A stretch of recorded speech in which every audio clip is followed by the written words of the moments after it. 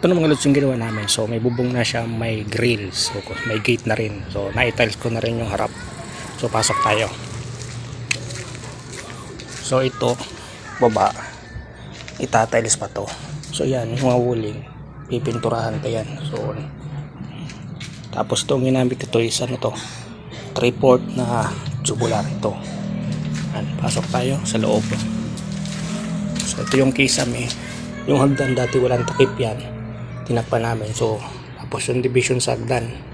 Dati reading lang yan mga bakal. So ito walang kisame dati. Kinisame yan. So yan. Pipinturahan ko din itong mga lods. Kasi may pintura ng paparating ngayong Lunes. So ito yung likod. Yan. Ito yung dinagdami sa likod. Ito. So dami ko sinampay. Ito, tiniles ko na din to. So, gumawa si Foreman ng lababo. Ito kasi katulad ng sa likod na yun. Open na open kasi ito dati. Wala siyang bubong. So, pinalagyan. So, hindi namin isinagad sa boundary gawa ng mainit. Parang oven to pag sarado. So, yan. Ito yung second floor mga lods. So naglagay ng division dito si Foreman. So ginamitan niya ng metal stand.